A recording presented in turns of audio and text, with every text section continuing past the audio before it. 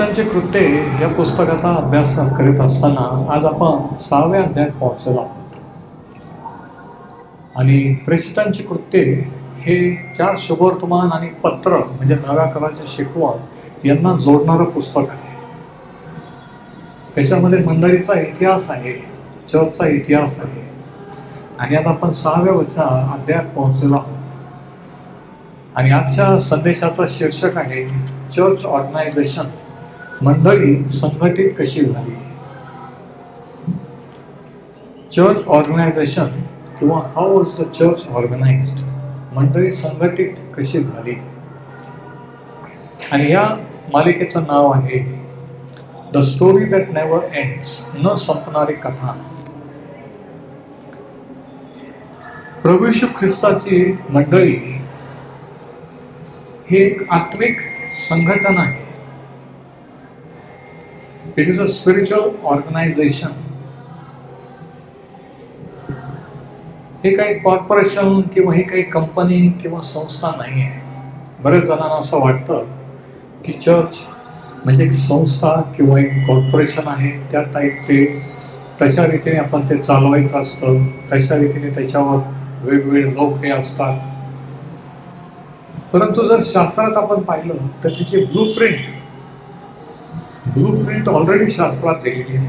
जसं एखादे बिल्डिंग बांधताना ब्लूप्रिंट अगोदर तयार केली जाते, आराखडा, आणि त्याच्याप्रमाणे ते बिल्डर ती बिल्डिंग बांधतात. तो जसा नकाशा असतो तसा.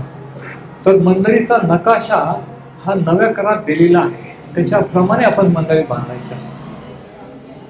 किती जण माझ्यासोबत आहे? नकाशा आराखडा शास्त्रात दिलेला आहे, त्याच्याप्रमाणे आपण चर्च बांधायचं असतं.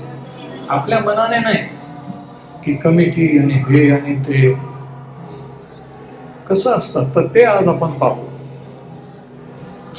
काही जणांना असं वाटतं की चर्च जसं काही बिझनेस असं चालवतात तशा रीतीने, त्याच्यात CEO, त्याच्यात अधिकारी, पदाधिकारी. परंतु तसं चित्र आपल्याला नव्या करारामध्ये चर्चबद्दल पाहायला मिळत नाही. नव्या करारातली मंडळी हे आत्मिक संघटन आहे, spiritual organism, but it also has to be organized. ही एक आत्मिक संघटना आहे, संघटन आहे, परंतु ते संघटित करणं पण गरजेचं आहे. काही जणांना असं वाटतं की चर्च म्हणजे कोणाचं कोणावर बंधन नाही पाहिजे आणि ज्याला पाहिजे त्याने यायचं जायचं, ज्याला वाटेल त्या रीतीने ते करायचं, कोणाच्या अंडर नाही, कशाच्या अधीन नाही. पण असं चित्र चर्च आपल्याला शास्त्रात पाहायला मिळत नाही. म्हणून चर्च कसं असतं आणि कसं नसतं हे जर जाणून घ्यायचं असेल तर ते नव्या करारात सांगितलेलं आहे. चर्चकडे पाहून तसं आहे हे नाही समजायचं. शास्त्रात पाहून कोणतं चर्च, कोणती मंडळी कशी आहे हे शास्त्राप्रमाणे बघायचं. त्याचं मूल्यमापन हे वचनाने करायचं. आज वेगवेगळ्या कारणासाठी लोक चर्च जॉईन करतात. कोणाला क्वायर आवडतं, कोणाला बिल्डिंग आवडती, कोणाला काय आवडतं, आणि मग शॉपिंग केल्यासारखं ते जातात. या चर्चला जा, त्या चर्चला जा, त्याचं इथं मेसेज बरोबर नाही, तिथं वर्शिप बरोबर नाही, तिथं पालक बरोबर नाही, वगैरे वगैरे. पण ज्यावेळेस आपण येशू ख्रिस्ताशी जोडलं जातो त्याच्यावर विश्वासाने, त्यावेळेस तो आपल्याला त्याच्या मंडळीशी ह्या रीतीने जोडत असतो. म्हणून असं देवाशी जोडलं जाणं गरजेचं आहे आणि असं सुद्धा गरजेचं आहे. अशी पण देवाशी, आणि अशी जोपर्यंत देवाशी सहभागिता होत नाही तोपर्यंत अशी होत नसते.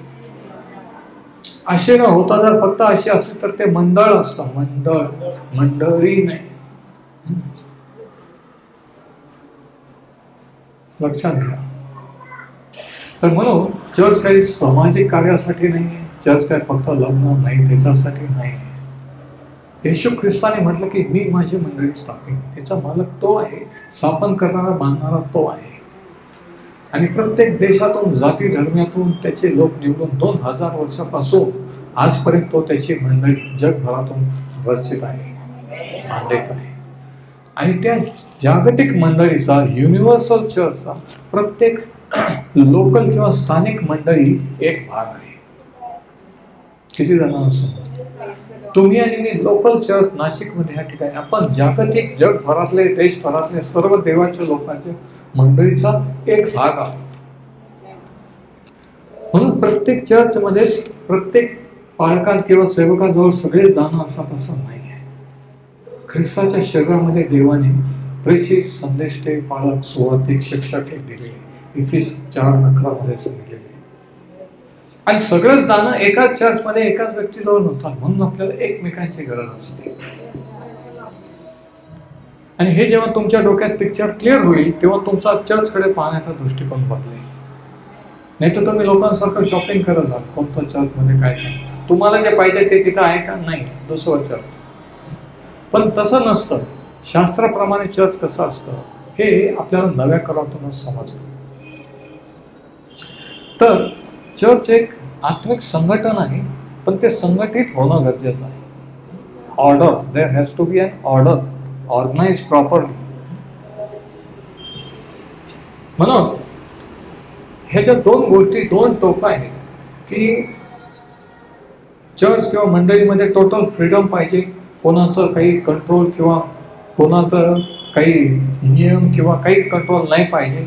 ही पण एक चुकीची टोकाची बाजू आहे.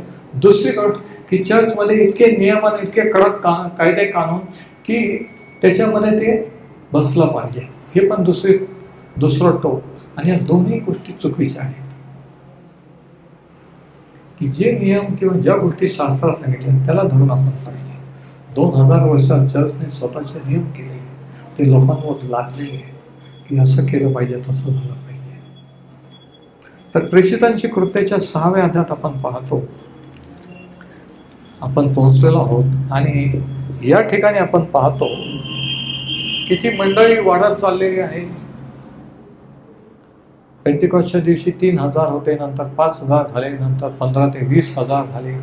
आणि कोणतीही पब्लिसिटी, कोणतंही ॲडव्हर्टाइजमेंट, कोणतंही टेलिव्हिजन, इंटरनेट, काही प्रसार माध्यम नसताना देव त्याच्या आत्म्याने कार्य करीत आहे.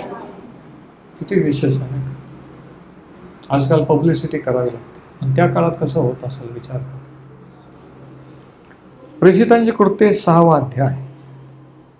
त्या काळी शिष्यांची संख्या वाढत चालली असता. बघा काय शब्द आहे, मेंबरची नाही, शिष्यांची संख्या. म्हणजे ऍक्च्युली प्रभू येशूकडे वळून त्याचे शिष्य झालेले लोक होते. हे फक्त चर्च मेंबर नव्हते. शिष्यांची संख्या वाढत चालली असता म्हणजे शिष्यांची संख्या ही वाढत गेली. आणि ज्यावेळेस संख्या वाढत जाते त्यावेळेस ऑर्डर किंवा संघटितपणा किंवा सुव्यवस्थेची गरज असते, नाही का. कंट्रोलची गरज असते. कोणी काही करत असा नसतं जेव्हा. आणि या ठिकाणी ते झालेलं आहे. हमिंग साऊंड येतो की शिष्यांची संख्या वाढत चाललेली आहे. आणि ही संख्या वाढत जात असताना काय झालं, ज्यावेळेस चर्च किंवा संख्या वाढत जाते त्यावेळेस वेगवेगळे प्रॉब्लेम देखील निर्माण होतात, वेगवेगळ्या अडचणी देखील निर्माण होतात. आणि तेच या ठिकाणी झालेलं आहे. प्रेषित 6 पहिली मंडळी, पहिल्या शतकातली मंडळी कशी संघटित झाली हेच सांगितलेलं आहे, कशा रीतीने. आणि देवाच्या एका सेवकांनी असं म्हटलेलं आहे की biblical church organization always accommodates ministries that the Holy Spirit has begun.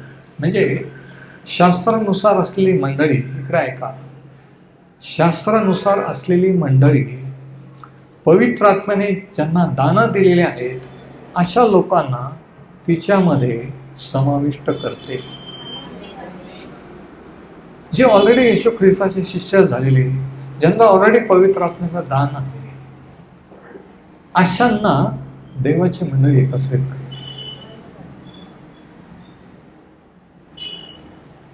येशू ख्रिस्ताचे शिष्य झालेले पवित्र आत्म्याने भरलेल्या लोकांचं संघटन आहे चर्च. दुसऱ्या तिसऱ्या कारणासाठी, गंमत पाहण्यासाठी किंवा उगीच मेंबरशिप म्हणून फॉर्म याच्यासाठी नाही आहे. बघा, म्हणजे पवित्र आत्म्याने ज्यांच्या जीवनात ऑलरेडी कार्य सुरू केलेलं आहे, देवाने ज्यांना निवडलेलं आहे, जे देवाकडे वळलेले आहेत, असे एकत्रित आलेले लोक म्हणजे चर्च. Praise the Lord. आता ही पहिल्या शतकातली मंडळी संघटित किंवा ऑर्गनाईज होण्याची का गरज होती? पहिलं कारण हे की त्यांची संख्या वाढत चाललेली होती. Their number was increasing. दुसरं कारण हे की त्यांना कोणती चर्च बिल्डिंग किंवा ठराविक असं ठिकाण नव्हतं. 15-20 हजार लोक एका ठिकाणी शक्यच नाही. म्हणजे जे ज्या भागात असते त्या ठिकाणी मार्केटमध्ये किंवा कोणत्या सभास्थानात, नाट्यघरात जे काही त्या काळात उपलब्ध असेल तिथं एकत्रित होऊन त्याची भक्ती करत असत. म्हणून चर्च बिल्डिंग नव्हती. तिसरी गोष्ट अशी की संख्या वाढत चालल्यामुळे प्रॉब्लेम पण वाढत गेले. आणि कोणते प्रॉब्लेम वाढू लागले हे आपण आता पाहू. आणि म्हणून प्रेषितांचे कृत्ये 6 आणि वचन 1 ते 7 मध्ये आपण 4 गोष्टी अशा पाहतो की ज्याच्यामुळे हे चर्च किंवा ही मंडळी संघटित करावी लागली, ऑर्गनाईज करावं लागले. 15 ते 20 हजार लोक यरुशलेमभर पसरले होते. कोण कुठं राहत होतं, कोण कुठं होतं. एकत्र यायला असं ठराविक असं ठिकाण नव्हतं, बिल्डिंग नव्हती. ते घरोघर एकमेकांच्या घरी जात होते. दिवसेंदिवस चर्च वाढत चाललेलं होतं. म्हणून ह्यांना संघटित करणं, ऑर्गनाईज करण्याची 4 कारणं होते. 4 reasons for organising the church.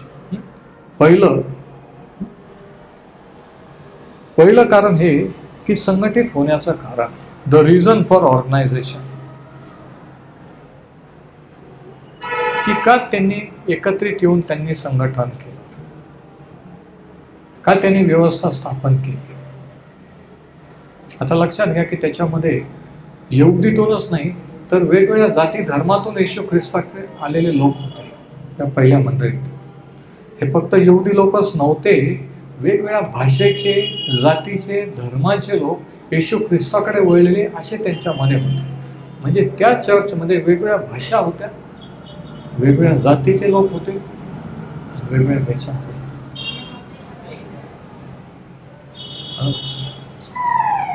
तर पहिलं कारण यांना संघटित होण्याचं की संघटित होण्याचं कारण. दुसरं कारण होतं संघटित होण्याची आवश्यकता, रिक्वायरमेंट्स फॉर ऑर्गनायझेशन, की काय काय आवश्यकता होती एकत्रित येऊन ऑर्गनाईज व्हायला, संघटित व्हायला, कोणत्या गोष्टींची आवश्यकता. तिसरं कारण कोणकोणते लोक त्याच्यामध्ये इन्व्हॉल्व होते. जेव्हा ते संघटित झाले तोपर्यंत नुसती गर्दी, लोक समुदाय होता, पण कोणावर कोण, कोणत्या एरियामध्ये कोण, पाळक कोण, सुवार्थिक कोण, कोण कोणतं काम करणार, व्हिजिटिंग कोण करणार, वेगवेगळे कामं कोणालाही वाटून दिलेले नव्हते. म्हणून हे करणं, संघटित होणं गरजेचं होतं. तर कोणकोणते लोक होते, who were the people involved. आणि चौथं कारण की याचा परिणाम काय झाला, रिझल्ट्स. तर ही जी मीटिंग झाली पहिल्या चर्चची, की चर्च वाढत गेल्यानंतर की आता आपल्याला जरा व्यवस्थापन पाहिजे, मॅनेजमेंट पाहिजे. ती मॅनेजमेंटची का गरज भासली हे आपण या ठिकाणी पाहतो 4 गोष्टींच्या कारणामुळे. तर पहिला point, the reason for organisation, संघटित होण्याचे कारण. 6वा अध्याय 1 वचन. त्या काळी शिष्यांची संख्या वाढत चालली असता हेलेनी यहुद्यांनी इब्री यहुद्यांसंबंधाने कुरकुर केली. बघ काय झालं. हेलेनी म्हणजे ग्रीक देशात जे यहुदी होते ते ग्रीक भाषा बोलणारे होते, आणि इस्रायलामध्ये जे यहुदी होते ते इब्री भाषा बोलणारे होते.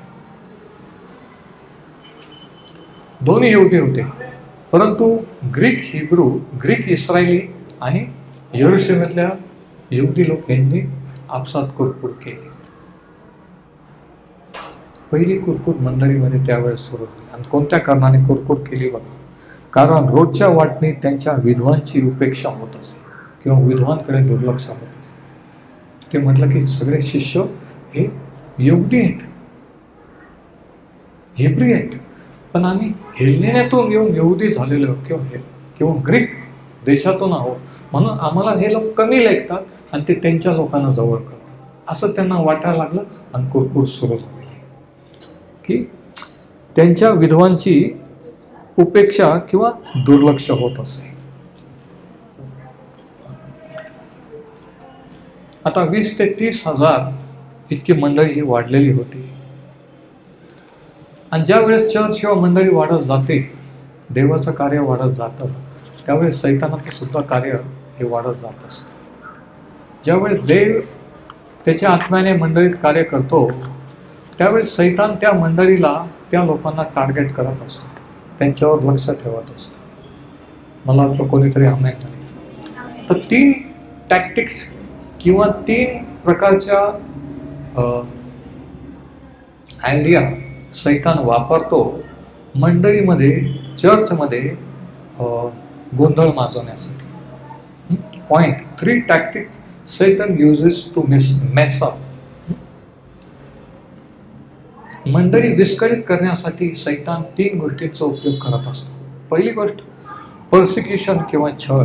आणि ते आपण पाहिलं की छळ सुरू झाला, विरोध सुरू झाला, अटक झाली, पण तेवढ्याने देवाचं कार्य थांबलं नाही.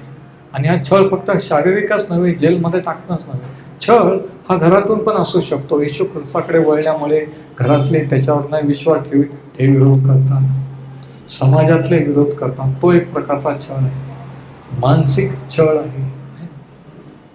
तर पहिली गोष्ट सैतान जो वापरतो मंडळीला, देवाच्या लोकांना विस्कळीत करण्यासाठी, तो म्हणजे छळ, पर्सिक्युशन. दुसरी गोष्ट, मंडळीच्या देवाच्याच लोकांना तो पापात पाडतो, पाप करायला लावतो.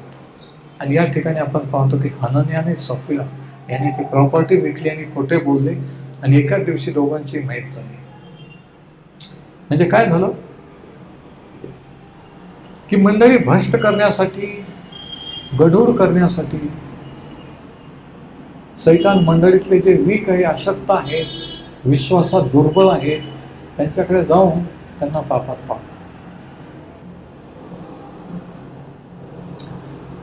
आणि सैतानाला वाटलं की छळ केला म्हणजे, तुरुंगात टाकलं म्हणजे देवाचं कार्य झालं. पण तसं झालं नाही, उलट वाढत गेलं. त्याला वाटलं मंडळीतल्या एका नवरा बायकोंचा ताबा घेऊन मंडळीत पाप आल्यामुळे देव त्या मंडळीला शिक्षा देईल, नाश करेल, ते बंद पडेल. पण तसंही झालं नाही. उलट हनन्या आणि सफीरा वारले, पण मंडळी वाढत गेली. म्हणजे ही पण रणनीती सैतानाची, हा पण डाव फेल गेला सैतानाचा. मग तिसरा डाव जो सैतान मंडळीत वापरतो मंडळी विस्कळीत करण्यासाठी, तो म्हणजे विभाजन किंवा डिव्हिजन. की कोणत्या तरी कारणाने आपल्या एकमेकांमध्ये मतभेद निर्माण करणं, डिव्हिजन. ही पॉलिसी सैतान वापरतो की मतभेद, आपलं एक मत, एक विचार होऊच नाही. म्हणून तिसरी गोष्ट जी आहे ती डिव्हिजन इन द चर्च. की आपण सैतान आणि दुरात्म्यांच्या विरुद्ध लढण्याऐवजी, देवाचं कार्य करण्याऐवजी एकमेकांच्या विरुद्ध लढत राहू, हे सैतानाला आवडतं. तो आपल्यामध्ये लावून देतो आणि तो बाजूला जाऊन बसतो आणि आपण भांडत बसतो.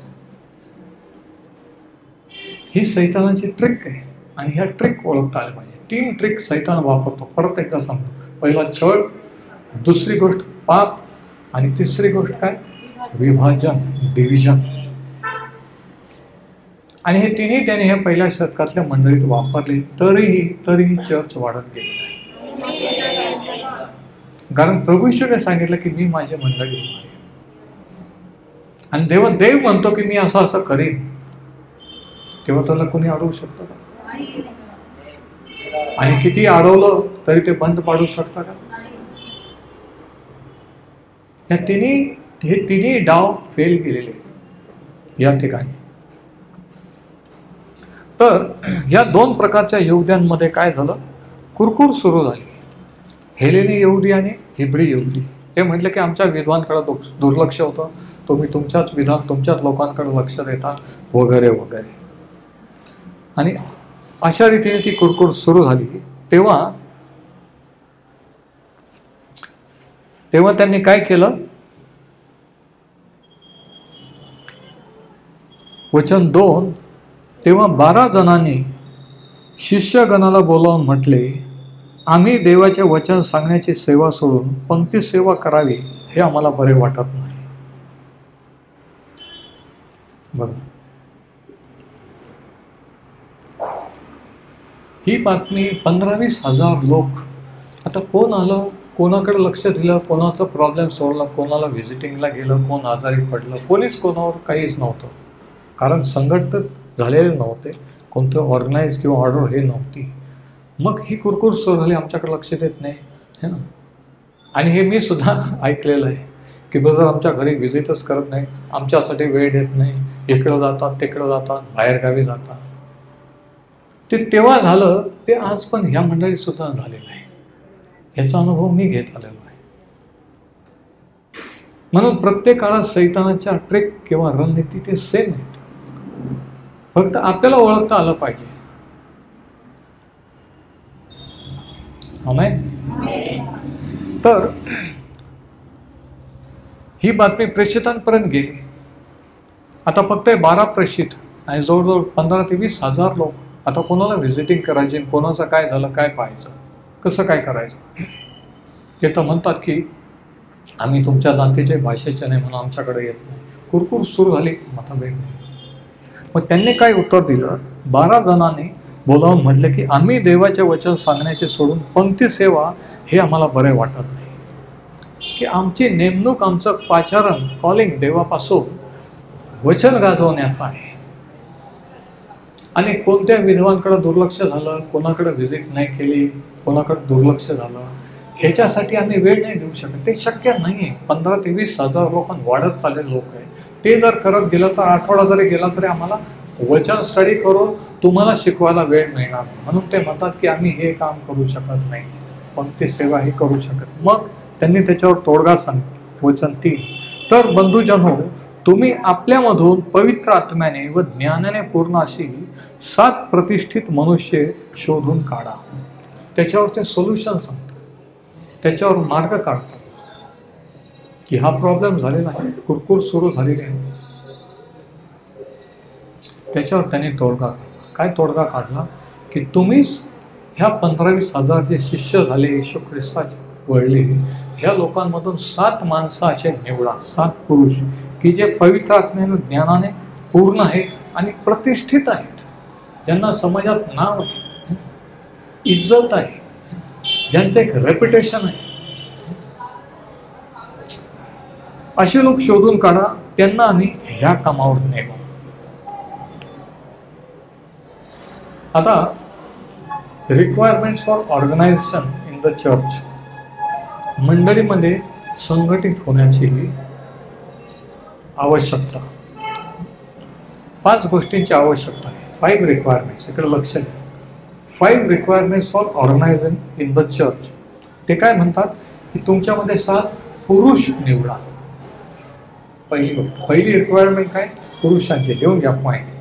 First requirement, men not women. मंडळीचं कार्य करण्यासाठी, लिडरशिपसाठी, नेतृत्वासाठी नेहमी पुरुष निवडलेले आहे.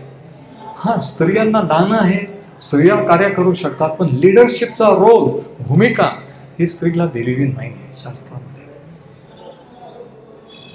ते म्हणतात की तुम्ही तुमच्यातून 7 पुरुष निवडा. पुरुष हा शब्द. नंतर ते म्हणतात तुमच्यातून, म्हणजे मंडळीत कार्य करणारे, मंडळी चालवण्यासाठी कोणाला काही जबाबदारी द्यायची, हे बाहेरचे लोक निवडायचे नसतात की तुम्ही हे करा ते करा. ते काय म्हणतात 3ऱ्या वचनामध्ये की 7 प्रतिष्ठित मनुष्य तुम्ही आपल्यामधून. वचन 3, तर बंधुजनो, तुम्ही आपल्यामधून. आपल्यामधून हा शब्द अंडरलाईन करा. मंडळीची लिडरशिप, मंडळीत कार्य करणारे हे मंडळीतून निवडले जातात. नाही समज, बाहेरचे लोक नसतात नेमायचे, मंडळीतून नेमले जातात की कोण काय करू शकतो. सनी हे करू शकतो, प्रवीण बोर्डे ब्रदर हे करू शकतो, वर्माजी हे करू शकतात. मग कोण काय करू शकतात, त्यांच्या कॅपॅसिटीनुसार त्यांना ती जबाबदारी द्यायची असते.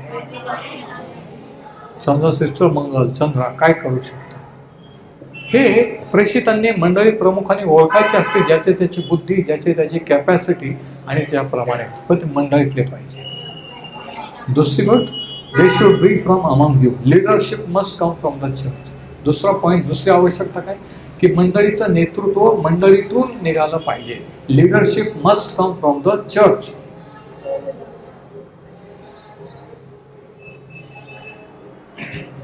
तिसरी गोष्ट काय आवश्यक असतं, प्रतिष्ठित लोक की जे बदनाम आहे, ज्यांचं समाजात घरात ज्यांना किंमत नाही, व्हॅल्यू नाही आहे, अशा लोकांना मंडळीच्या कार्यासाठी नेमायचे नसतात. बाळक म्हणून तर कधीच नेमायचे नसतात.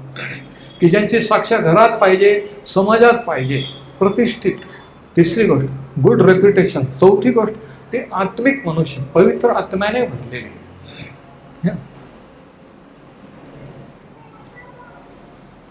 पुष्कळ लोक आज पवित्र आत्म्याने भरलेले, पण त्यांची साक्ष घरात किंवा समाजात चांगली नाही. एक बाजू चांगली, दुसरी बाजू पडतीये. त्यांनी लिडरशिप करायला नकोय शास्त्रानुसार. आलं लक्षात की मंडळी ही येशू ख्रिस्ताची आहे आणि मंडळीचे प्रमुख हे मंडळीसमोर एक कित्ता किंवा उदाहरण असतात. मी जर पापात आहे तर मी तुम्हाला सांगू नाही शकत की तुम्ही हे करू नका. मी सांगणारच नाही, कारण मीच ते करतो. माझी फॅमिली व्यवस्थित नसेल, माझ्या मुलात बाळ ताब्यात नसेल, मी सांगणार नाही की तुमच्या मुलांना कंट्रोल करा. म्हणून मंडळी प्रमुख हे उदाहरण सर्व बाबतीत पाहिजे, वैयक्तिक जीवनात, कौटुंबिक जीवनात. बघा देव मंडळीला किती महत्व देतो. 2000 वर्षात सैतानाने ती मंडळी किती भ्रष्ट केली. कशा कशा टाईपचे लोक आज मंडळी प्रमुख होतात, ऑर्डेन्ड होतात, कुशाल ऑर्डिनेशन दिलं जातं. आणि म्हणून देवाच्या आत्म्याची उपस्थिती किंवा देवाचं कार्य होत नाही. एक वाईट उदाहरण ठरलं जातं. तर चौथी आवश्यकता काय, ते आत्म्याने भरलेले लोक पाहिजे, पवित्र आत्म्याने, स्पिरिच्युअल मॅन. पाचवी गोष्ट की ते बुद्धिमान लोक पाहिजे. तिसरं वचन बघा, आपल्यामधून पवित्र आत्म्याने व ज्ञानाने पूर्ण. त्यांना ज्ञान पाहिजे, व्यावहारिक ज्ञान पण पाहिजे, शास्त्राचं पण ज्ञान पाहिजे. ते अर्धवट लोक नकोय. दुसऱ्याने त्यांना विचारलं प्रश्न तर त्यांना सांगता आलं पाहिजे. म्हणून ज्ञानाने भरलेले. म्हणून 5 आवश्यकता, 5 रिक्वायरमेंट्स. परत एकदा सांगतो, मंडळी संघटित होण्यासाठीच्या 5 आवश्यकता. पहिलं काय की पुरुष पाहिजे, नेतृत्व करणारे. दुसरी गोष्ट मंडळीतून निवडलेले पाहिजे. तिसरी गोष्ट ते प्रतिष्ठित पाहिजे, गुड रेप्युटेशन. चौथी गोष्ट ते पवित्र आत्म्याने भरलेले पाहिजे. आणि पाचवी गोष्ट ज्ञान, त्यांना ज्ञान असलं पाहिजे. आज बऱ्याच जणांचं आपण जर पाहिलं, बाळक लोकांना, त्यांनी अख्खं बायबल सुद्धा किंवा त्यांना बायबलचं काही 2-3 महिन्याचं ट्रेनिंग घेऊन किंवा इकडं तिकडं हे करू किंवा पवित्र आत्म्यात मिळालं तर लगेच सुरू करतात. वचनाचं ज्ञान पाहिजे, कारण वचन शिकवायचं आहे मंडळीला. हे वचन गाजवायचं आहे. म्हणून ज्ञानाने पूर्ण ही रिक्वायरमेंट देवाची, येशू ख्रिस्ताची आहे. नाही पण नसलं तरी चालतं. ते चालतं दुसऱ्या मंडळीत, येशू ख्रिस्ताच्या मंडळीत नाही. जी मंडळी येशू ख्रिस्ताची शास्त्रावर आधारित तिच्या चालत नाही.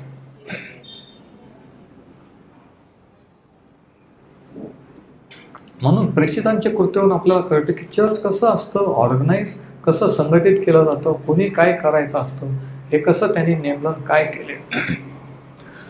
तर पहिली गोष्ट काय की कारण संघटित होण्याची त्यांना कारण का गरज पडली, कारण संख्या वाढत होती, प्रॉब्लेम सुरू झाले होते, कुरकुर सुरू. दुसरी गोष्ट की ह्याच्यामध्ये कोण कोण लोक सामील झालेले होते. 5व्या वचनात आपण वाचतो, 3ऱ्या वचनामध्ये की तो म्हणतो की तुम्ही त्यांना निवडा. हे 7 लोक कोणी निवडायचे होते? हे 12 प्रेषित निवडणार नव्हते. ऐकून घ्या, किती जण ऐकत आहे. हे 12 प्रेषित जे आहे प्रभू येशूने हे ठरवणार नव्हते की मंडळीत कार्य करणारा कोण असणार आहे.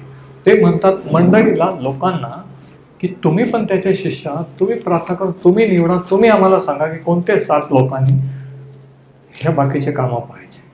आम्ही देवाचं वचन आणि प्रार्थनेचं वचन घालतो. हे बाकीची कुरकुरण व्हिजिटिंग आणि हे ते हे त्या 7 लोकांनी करायचं. कोणते 7 लोक हे तुम्ही निवडा. आणि कोणी निवडले? चर्चने निवडलेले, त्या मंडळीने निवडलेले, त्यांनी ते निवडले. आणि काय झालं बघा, वचन 4 म्हणजे आम्ही प्रार्थनेत व वचन सेवेत तत्पर राहू. मंडळी प्रमुखांचं काम काय आहे? 2 गोष्टी त्या 4थ्या वचनात, प्रार्थना आणि वचनाची सेवा. लीडरशिप. जर तुम्ही पालक आहात, सेवक आहात, तर तुमचे पहिली प्रायोरिटी काय? चर्च ॲडमिनिस्ट्रेशन नाही आहे. पहिलं काय? प्रार्थना आणि वचनाची सेवा. 4थं वचन बघा, हा स्टडी आहे. ते म्हणतात की आम्ही प्रार्थनेत व वचन सेवेत तत्पर राहू. शास्त्रात बघा, तत्पर राहू. आम्हाला ते कॉलिंग आहे, ते आमचं काम आहे. पहिलं काम आमचं ते आहे की वचन शिकणं, मंडळीला शिकवणं, मंडळीसाठी प्रार्थना करणं. हे काम नाही व्हिजिटिंग करणं आणि कोणाचं काय झालं, कोणाचं काय झालं ते तुम्ही लोक निवडा, ते बाकीचं पाहते. आम्हाला ते शक्य नाही, आम्ही एवढा वेळ देऊ शकत नाही. म्हणून मंडळी प्रमुखाचं काम काय आहे? 2 गोष्टी, प्रार्थना आणि वचनाची सेवा. पण आज बरेचसे मंडळी प्रमुखांचा वेळ कशामध्ये जातो? काउन्सिलिंग, व्हिजिटिंग, प्रॉब्लेम सोडवणं. आणि मग ते म्हणतात की आम्हाला स्टडी करायलाच वेळ मिळत. आणि मग घाईघाईने इकडून तिकडून कुठून तरी मेसेज तयार करायचा आणि काहीतरी मेसेज द्यायचा. कशी काय मंडळी स्ट्रॉंग होणार? कसं काय वचनाच्या ज्ञानाने होणार? कसं काय पवित्र आत्मा त्या मंडळीमध्ये, त्या लोकांमध्ये कार्य करणार? टाईम का नाही मिळत? कारण टाईम नको ते करण्यावर होतो, जे पालकांचं काम नाही ते. म्हणून ह्या गोष्टी करण्यासाठी मंडळीतले लोक मंडळीने निवडायचं असतं. ऐकून घ्या. ते म्हणतात की तुम्ही त्यांना निवडा, आणि त्यांनी निवडले. आणि काय झालं? वचन 5, ही गोष्ट सर्व लोकांना बरी वाटली. तिथं वचनात बघा ना, हे फार महत्वाचं आहे. ही गोष्ट 7 लोक मंडळीतून निवडा ते म्हटले, ही सगळ्यांना बरी वाटली. म्हणजे काय झालं की अचानक हे कुरकुर करणारे 2 प्रकारचे यहुदी होते, त्यांच्यामध्ये ऐक्य आलं. ते मतभेद विसरून गेले. थोड्या वेळापूर्वी ते कुरकुर करत होते, पण जेव्हा प्रेषितांनी हे सोल्युशन काढलं त्यावेळी सगळ्यांना ते आवडलं. म्हणजे एकदम ऐक्य झालं. म्हणजे सैतानाची ट्रिक होती की कोणत्या ना कोणत्या कारणाने विभाजन करावं, पण त्याच्यावर ओव्हररूल करून देवाने त्याच्या आत्म्याने परत युनिटी किंवा ऐक्य आणलं. म्हणून त्या 5व्या वचनात दिले की ही गोष्ट सर्व लोकांना, म्हणजे मंडळीच्या सर्व लोकांना, ते हेलेनिक यहुदी आणि इब्री यहुदी ज्यांच्या मतभेद झालं, ते परत युनिटी म्हणलं की हा बरोबर आहे. बघा किती विशेष आहे. ह्याच्यावरून त्या चर्चमध्ये परत युनिटी, ऐक्य आलं, हे आपल्याला समजतं. ही गोष्ट सर्वांना बरं वाटली. नंतर विश्वासाने व पवित्र आत्म्याने पूर्ण असा. मग कोणकोणते लोक निवडले बघा? स्तेफन, फिलिप, प्रखर, निकानोर, तिमोर, पर्मिना व यहुदा, मतानुसारी निकलाव, अतुंकियाकर यास त्यांनी निवडले. आता हे ते 7 लोक होते. आणि ह्या 7 लोकांपैकी आपल्याला फक्त पहिले 2 उल्लेख पुढं आपल्याला प्रेषितांच्या कृत्यात आढळतो, स्तेफन आणि बघा. म्हणजे मतभेद दूर झाले आणि मंडळीत ऐक्य आला या पॉइंटवर. आणि याचा परिणाम काय झाला? त्यांनी हे 7 लोक निवडले लोकांनी. आणि मग 6वं वचन बघा, त्यास त्यांनी प्रेषितांसमोर उभे केले. ह्या 7 लोकांना मंडळीच्या लोकांनी प्रेषितांपुढे उभे केले आणि त्यांनी प्रार्थना करून त्यांच्यावर हात ठेवले. हात ठेवण्याचं दान किंवा हात ठेवण्याचं कारण हे एक आहे की मंडळीतल्या विशिष्ट कार्यासाठी जेव्हा कामगिरीवर पाठवलं जातं, नेमणूक केली जाते, त्याच्यासाठी लेइंग ऑन ऑफ हँड्स आहे. शास्त्रामध्ये हात ठेवण्याचे वेगवेगळे, जुन्या करारामध्ये आशीर्वाद देण्यासाठी आहे, राज्य लोकांना नेमणूक करण्यासाठी, नव्या करारामध्ये मंडळी त्या कार्यासाठी नेमणूक करण्यासाठी, सुवार्थ कार्याला पण वेगवेगळे कारण आहेत. दुखण्यावर हात ठेवण्यासाठी. तर प्रेषितांनी त्यांच्यावर हात ठेवले. मग वचन 7, देवाच्या वचनाचा प्रसार झाला. बघा, कुरकुर झाली मंडळी. सैतानाने प्रॉब्लेम करण्याचा प्रयत्न केला, 2 भाग करण्याचा, पण तो पण प्रॉब्लेम सॉल्व्ह झाला. आणि काय झालं? देवाच्या वचनाचा प्रसार झाला. यरुशलेमात शिष्यांची संख्या फार वाढली. बघा, काहीही न करता प्रेषित वचन गाजवत होते, चिन्ह चमत्कार होत होते. जे लोक विश्वास ठेवून आले ते शेजाऱ्या पाजाऱ्यांना एकमेकांना सांगत होते, त्यांचे अनुभव ते येशू ख्रिस्ताविषयी सांगत होते. असं करता करता आपोआप चर्च वाढत गेला. याच्याहून काय समजतं की सुवार्थेचं कार्य फक्त आमचं नाही आहे, पालकांचं, सुवार्थिकांचं. सुवार्थेचं कार्य मंडळीचं प्रत्येकाचं आहे. की तुम्ही तुमची साक्ष इतरांना सांगितल्यानंतर ते वळतील, ते इतरांना सांगतील. या रीतीने चर्च वाढत असतो. पण आम्हाला वाटलं की पालक साहेबांचंच काम, आम्ही फक्त चर्चला यायचं जायचं. ते डोक्यातून काढून टाका. हे लोक एक दुसऱ्यांना सांगत होते आणि लोक वाढत चाललेले होते. शिष्यांची संख्या फार वाढली. याजक वर्गातील पुष्कळ लोकांनी ह्या विश्वासाला मान्यता दिली. म्हणजे जे यहुदी सभास्थानातले याजक होतो, याजक लोक होते, कट्टरपंथीय नियमशास्त्राचे, ते सुद्धा वळले. म्हणजे त्या काळातले पाळक लोक म्हणता येईल. म्हणजे ऑर्डरी लोक तर वळले, पण पाळक लोक सुद्धा वळले. आणि अशा रीतीने त्या मंडळीची वाढ होत गेली. याचा परिणाम असा झालेला आहे. आणि म्हणून सैतान देवाचे मंडळीचं कार्य थांबवू शकला नाही. वेळोवेळी हल्ले केले, छळ केला, विरोध केला, तुरुंगात टाकलं, पाप करायला लावलं. मंडळीत पाप शिरलं त्या दोघांमध्ये, है ना. नंतर या ठिकाणी मतभेद झाले, विभाजन करण्याचं, पण तरीही देवाची मंडळी बनत गेली. असा चर्चचा इतिहास आहे. म्हणून जे आज होत आहे ते नवीन नाही आहे.